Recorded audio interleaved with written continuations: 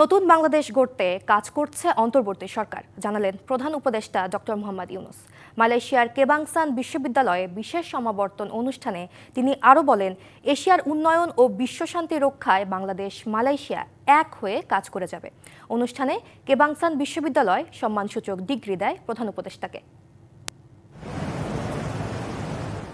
মালয়েশিয়ার প্রধানমন্ত্রী আনোয়ার ইব্রাহিমের আমন্ত্রণে সোমবার মালয়েশিয়া যান প্রধান উপদেষ্টা ডক্টর মোহাম্মদ ইউনূস।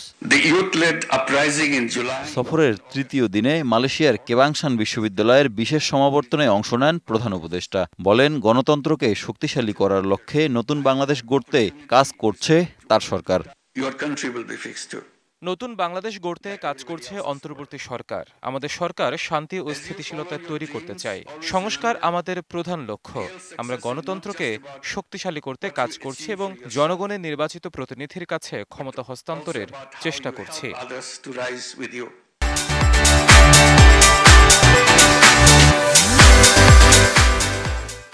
মালয়েশিয়াকে বিশ্বস্ত বন্ধু আখ্যা দিয়ে ডক্টর ইউনূস বলেন, এশিয়ার উন্নয়ন ও বিশ্বশান্তি রক্ষায় বাংলাদেশ মালয়েশিয়া এক হয়ে কাজ করে যাবে।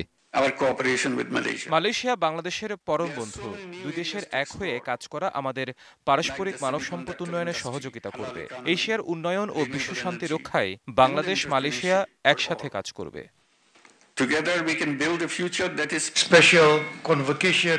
কেবাংসান বিশ্ববিদ্যালয়ে সম্মানসূচক ডিগ্রি দেয় প্রধান উপদেষ্টাকে। এছাড়াও বাণিজ্য, শিক্ষা ও উদ্ভাবনে বাংলাদেশ মালয়েশিয়ার অংশীদারিত্ব বৃদ্ধি পেয়েছে বলে মনে করেন প্রধান উপদেষ্টা। Hasan Sakib, DBC news, Dhaka.